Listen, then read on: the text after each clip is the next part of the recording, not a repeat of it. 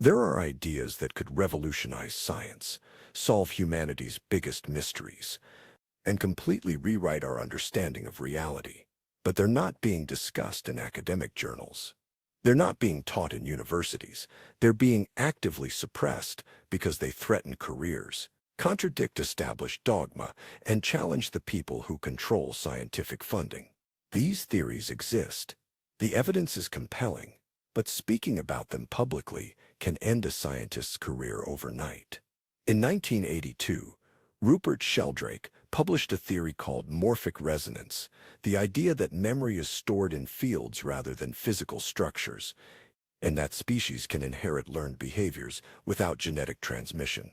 His research suggested that when rats in one laboratory learn a maze, rats in other laboratories learn the same maze faster, even with no contact between them. The editor of Nature, one of the world's top science journals, called for his book to be burned, not criticized. His university position disappeared.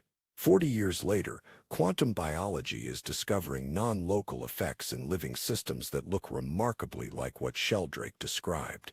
But mentioning his name in academic circles still gets you labeled a pseudoscientist. In 2011, NASA scientist Richard Hoover published evidence of fossilized microorganisms in meteorites, direct proof that life exists beyond Earth. His peer-reviewed paper showed detailed images of structures that looked identical to Earth bacteria. Within 48 hours, NASA headquarters issued a statement distancing themselves from his research. Hoover was forced into retirement. The paper was removed from mainstream discussion. Why? Because if life exists in space and arrives on Earth via meteorites, it challenges the billion-dollar astrobiology programs searching for life on Mars. The theory threatens budgets, careers, and institutional prestige. A Harvard astronomer named Avi Loeb published research suggesting that Oumuamua, the first interstellar object ever detected passing through our solar system, showed characteristics of artificial construction. Its acceleration pattern didn't match any known natural phenomenon. Its shape was unlike any asteroid or comet. Loeb, chairman of Harvard's astronomy department, suggested it might be alien technology. The scientific community didn't engage with his evidence. They mocked him, called him a publicity seeker, and accused him of damaging science's credibility. Not because his data was wrong, because his conclusion was unacceptable. But here's what should terrify you about modern science. It's not an open pursuit of truth. It's an institution controlled by funding agencies, academic gatekeepers, and peer review cartels. Ideas that threaten the paradigm, no matter how much evidence supports them, get dismissed, ridiculed, or buried. Scientists who propose them get blacklisted. Carriers end. Funding disappears. The pursuit of truth loses to the protection of orthodoxy. This is 5 theories that scientists are too afraid to talk about. Why the evidence is stronger than you've been told, and why the scientific establishment fights harder to suppress ideas than to investigate them. Let's get into it. 1J. Consciousness might be fundamental to reality, not produced by brains. Consciousness isn't generated by brain activity. It's a fundamental property of the universe, like space or time or gravity. Your brain doesn't create consciousness. It receives it, filters it, and localizes it. You are not your brain. Your brain is the instrument consciousness uses to interact with physical reality. Because it implies materialism is wrong, the entire foundation of modern neuroscience rests on the assumption that consciousness emerges from neural activity. Billions in research funding, thousands of careers, entire departments exist to map brain activity and correlate it with conscious experience. If consciousness is fundamental rather than emergent, all of that research is studying the instrument, not the phenomenon. It's like trying to understand television by studying the TV screen instead of the broadcast signal. But here's the evidence they're ignoring. Terminal lucidity, when dementia patients suddenly become lucid hours before death, despite having non-functional brains. Near-death experiences where patients report accurate details of events that occurred while they were brain dead. Quantum mechanics experiments showing that observation affects reality at the particle level, suggesting consciousness plays a fundamental role in physics. None of this fits materialist neuroscience, so it gets dismissed as anecdotal or ignored entirely. The founder of quantum physics said, "I regard consciousness as fundamental. I regard matter as derivative from consciousness." Donald Hoffman, a cognitive scientist at UC Irvine, his mathematical models showing that evolution would select for perceptions that hide reality rather than reveal it, meaning our brains actively prevent us from perceiving what consciousness actually is. Federico Faggin, inventor of the microprocessor, now argues that consciousness is fundamental based on his work in quantum physics. But these scientists are dismissed as having gone philosophical or fallen into mysticism, not because their evidence is bad, because their conclusions are unacceptable to the materialist paradigm that controls funding and publications. The institution protects itself by excluding ideas that threaten it. 2. The universe might be a simulation and we can detect it. We're living in a computer simulation. Reality is digital code running on some kind of cosmic computer. The universe isn't physical, it's information. Physics is the programming language. And we can detect this through glitches, limitations, and mathematical patterns that reveal the simulation's underlying structure. Because it sounds like science fiction and makes you look inserious. But more importantly, because if it's true, it means everything we study might be artificial constraints of the simulation rather than fundamental laws. Physics might just be rules some programmer chose. Constants might be arbitrary parameters. Our entire scientific enterprise might be studying the game rules rather than ultimate reality. But here's the evidence they're ignoring.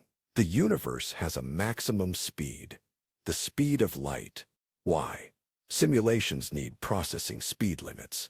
The universe has a minimum size, the Planck length. Why? Simulations need pixel limits. Quantum mechanics shows that reality doesn't render until observed. Particles exist in probability states until measured. That's exactly how video games work. They only render what you're looking at to save processing power. Nick Bostrom, Oxford philosopher, published the simulation argument showing that if civilizations can create realistic simulations, we're almost certainly in one. Elon Musk estimates 1,000,000,000 to 1 odds we're in base reality. That's computer code, in physics equations, and he can't explain how it got there. But mainstream physics dismisses this as unfalsifiable speculation, not because the evidence isn't there. Because accepting it means admitting that physics might be studying simulation parameters rather than ultimate truth.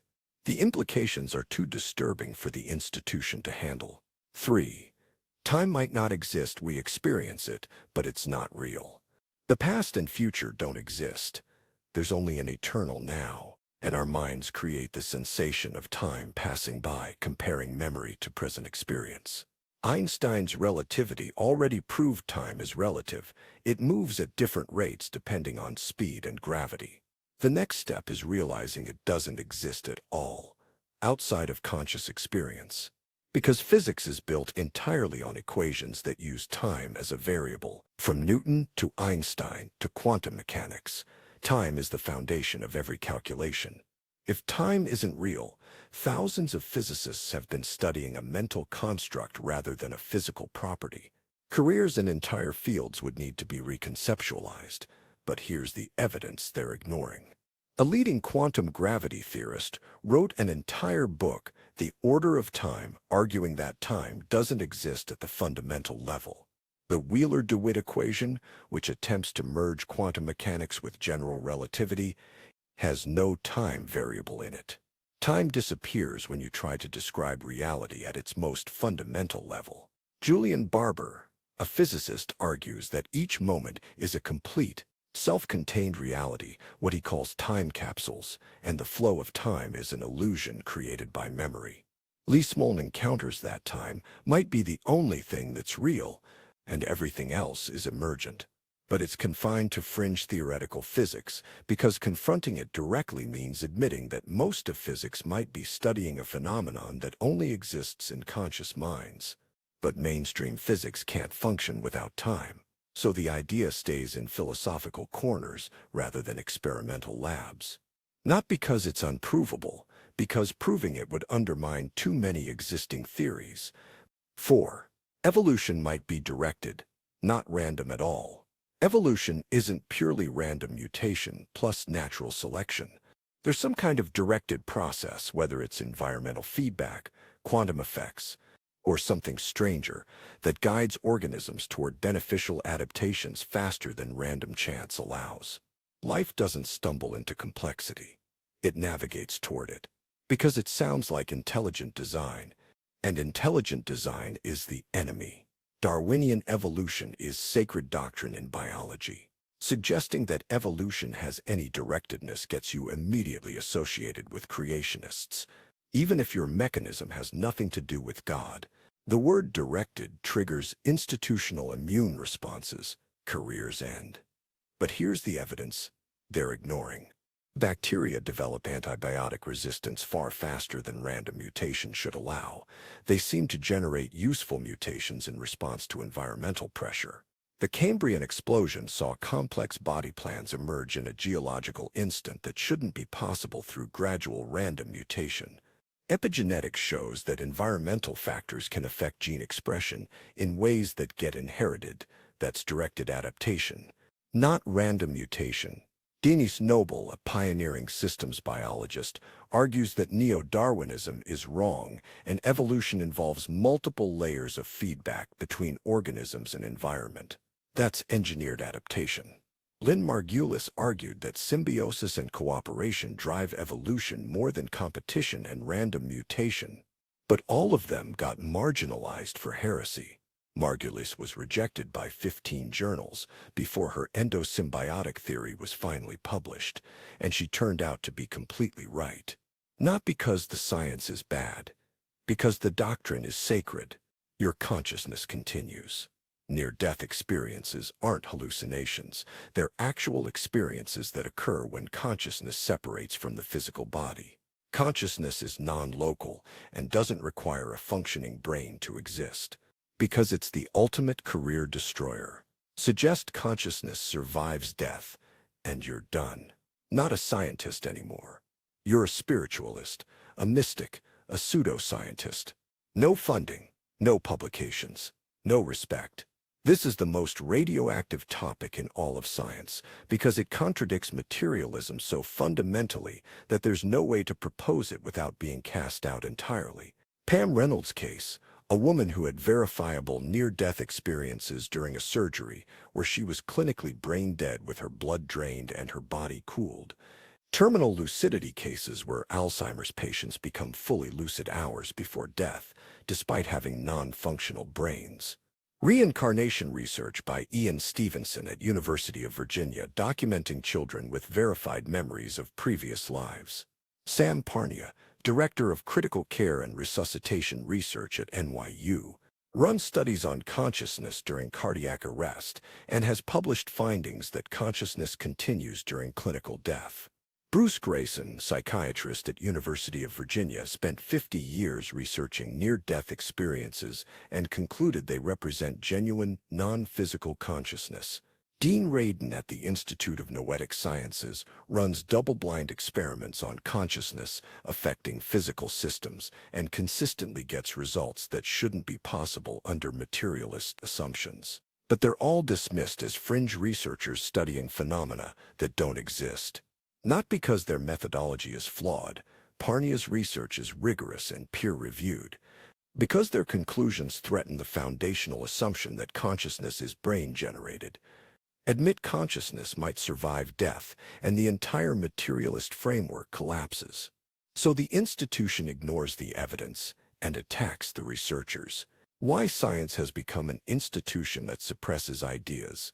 Here's what you need to understand about modern science. It's not about truth anymore.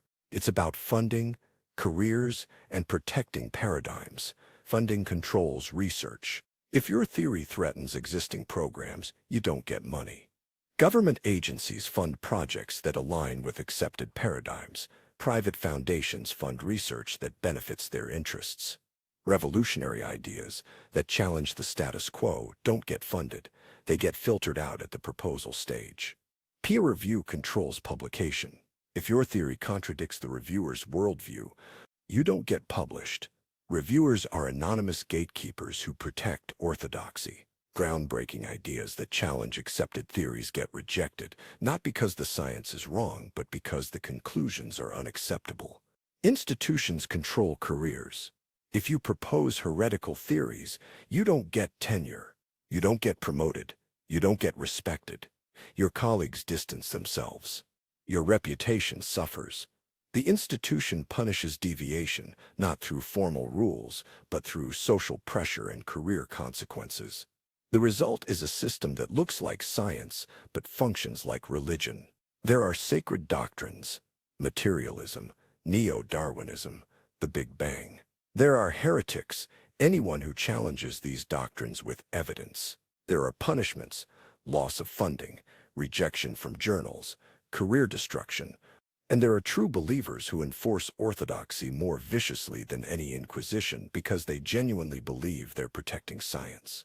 But real science is supposed to welcome challenges. Real science is supposed to follow evidence wherever it leads. Real science is supposed to be about discovery, not doctrine protection. The institution that calls itself science has become the opposite, a system for suppressing ideas that threaten the paradigm. Look, I'm not saying all these theories are true.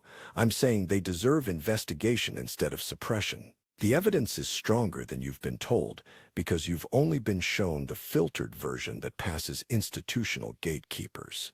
Consciousness might be fundamental. The evidence is there. The scientists studying it exist. The mathematical and physical evidence is compelling. But it's dismissed because the implications are too disturbing. Time might not exist. Leading physicists say it openly, but mainstream physics can't function without it. So the idea stays theoretical. Evolution might be directed. The evidence for non-random adaptation is substantial. The research exists, and it's rigorous, but suggesting it gets you expelled from serious science. These aren't conspiracy theories.